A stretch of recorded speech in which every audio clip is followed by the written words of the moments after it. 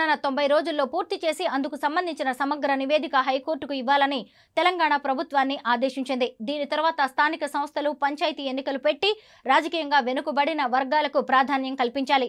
ఆంధ్రప్రదేశ్లో ఏర్పడిన ఎన్డీఏ ప్రభుత్వం సత్వరమే సమగ్ర కుల గణన చేపట్టి సామాజికంగా, ఆర్థికంగా, రాజకీయంగా వెనుకబడిన వర్గాలకు చేయూతనివ్వాలి. గత ఎన్నికల్లో వెనుకబడిన తరగతులు ఎక్కువ శాతం ఎన్డీఏకు ఓట్లు వేశారు. బీసీ రక్షణ చట్టం, బీసీ సాధికారత అని వల్లెవేసిన తెలుగుదేశం పార్టీ తక్షణమే సమగ్ర కుల గణన చేపట్టాలి. తెలంగాణలో సమగ్ర కుల గణన సర్వే నిర్వహించాలని కాంగ్రెస్ ప్రభుత్వం నిర్ణయించింది. ఈ మేరకు అసెంబ్లీలో తీర్మానం కూడా ప్రవేశపెట్టింది. ఈ కుల గణన తీర్మానానికి అసెంబ్లీ ఏకగ్రీవంగా ఆమోదం తెలిపింది. రాష్ట్రంలో ఆయా వర్గాల వారీగా ప్రజల వివరాలు, వారి ఆర్థిక స్థితిగతులు, వాళ్లు పొందుతున్న సంక్షేమ పథకాలకు సంబంధించిన పూర్తి సమాచారం ప్రభుత్వం సేకరించబోతోంది. ఎంతమంది ఏ సామాజిక వర్గానికి చెందిన వారు ఉన్నారు, వారి ఆర్థిక పరిస్థితితో పాటు విద్య, ఉపాధి అవకాశాలు ఎలా ఉన్నాయని పూర్తి వివరాలు సేకరించబోతున్నారు. దీనివల్ల ప్రస్తుతం అమలయ్యే సంక్షేమ కార్యక్రమాలు అర్హులైన లబ్ధిదారులకే చేరుతున్నాయా లేదా అవకతవకలు జరుగుతున్నాయా అన్న విషయాలపై ఓ క్లారిటీ రావడమే కాకుండా ప్రభుత్వం అమలు చేసిన కొత్త పథకాల విషయంలో ఏ సామాజిక వర్గానికి ఎంత న్యాయం చేయాలన్న సమాచారం కూడా దొరుకుతుంది.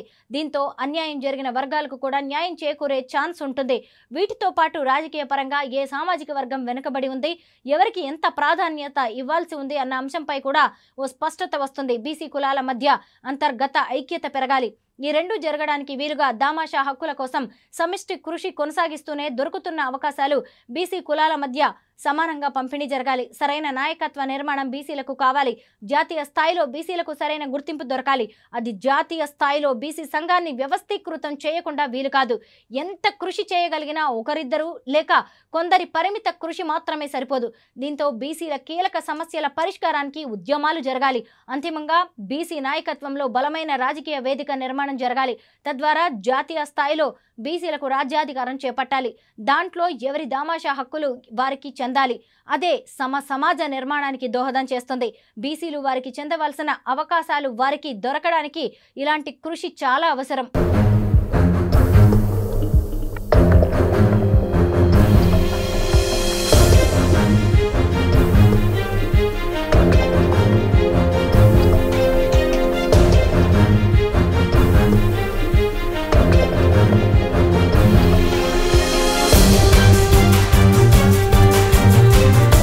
బీసీలు కులాలు, ఉపకులాలుగా విడిపోయిన బీసీలు ఐక్యమవ్వాలి.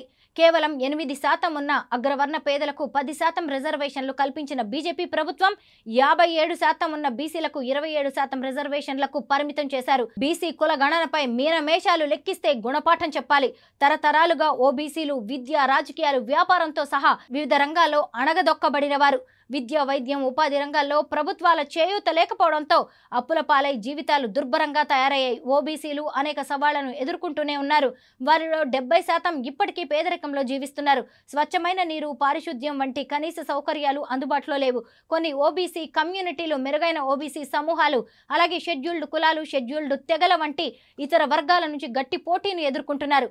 ఓబీసీల ఆందోళనలను పరిష్కరించడంలో, రిజర్వేషన్ విధానంలో సమర్థత కూడా చర్చలు జరుగుతున్నాయి. మరికొందరు ఓబీసీ కమ్యూనిటీలను చేర్చడానికి రిజర్వేషన్ విధానాన్ని విస్తరించాలని వాదిస్తారు. అయితే మరికొందరు రిజర్వేషన్లు కులం లేదా కమ్యూనిటీ కంటే ఆర్థిక ప్రమాణాల ఆధారంగా ఉండాలని వాదిస్తున్నారు. దేశంలో బీసీల విధి సంక్లిష్టమైన బహుముఖ సమస్య. వారు వివిధ రంగాలలో గణనీయమైన పురోగతిని సాధించినప్పటికీ అనేక సవాళ్లు మిగిలి ఉన్నాయి. ఈ సవాళ్లను పరిష్కరించడానికి కేవలం నిశ్చయాత్మక కార్యాచరణ విధానాలు మాత్రమే కాకుండా ఓబీసీలను చారిత్రాత్మకంగా అట్టడుగున ఉంచిన నిర్మాణాత్మక అసమానతలు, వివక్షలను పరిష్కరించే చర్యలు కూడా ఉన్న సమగ్ర విధానం అవసరం. అన్ని రంగాల్లో మెకనైజేషన్ పెరుగుతోంది. ఆర్థిక, సామాజిక, పారిశ్రామిక, వ్యవసాయ, సాంస్కృతిక రంగాల్లో వేగంగా మార్పులు జరుగుతున్నాయి. ఆధునిక టెక్నాలజీ అన్ని రంగాలకు విస్తరిస్తోంది. ఈ పరిణామ క్రమంలో కుల వృత్తులు, చేతి వృత్తులు తమ అస్తిత్వాన్ని కోల్పోతున్నాయి.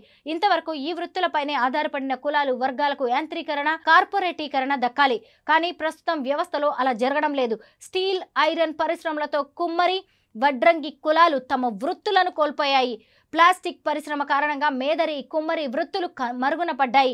జేసీబీలు, హిటాచీ మెషిన్లతో వడ్డెర బతుకులు ఆగమై కూలీలుగా మారారు. ట్రాక్టర్లు, సామిల్లులు రావడంతో వడ్రంగి కుమ్మరి పని దెబ్బతిన్నది.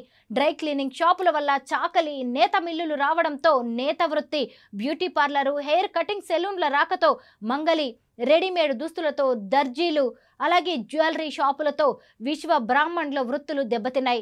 మరోవైపు కరోనా మహమ్మారి దెబ్బతో కుల వృత్తులు, చేతి వృత్తులు దెబ్బతిన్నాయి. కార్పొరేషన్ల ద్వారా ప్రభుత్వం సబ్సిడీ రుణాలు ఇవ్వకపోగా బీసీలకు 1,02 లక్షల రుణాలు ఇవ్వడానికి బ్యాంకులు కూడా ముందుకు రావడం లేదు. కానీ బడా కంపెనీలకు, పారిశ్రామికవేత్తలకు వేల కోట్ల రుణమాఫీలు చేస్తున్నారు. పేదలకు రుణాలు ఇవ్వడానికి మాత్రం ఎవ్వరూ ముందుకు రావడం లేదు.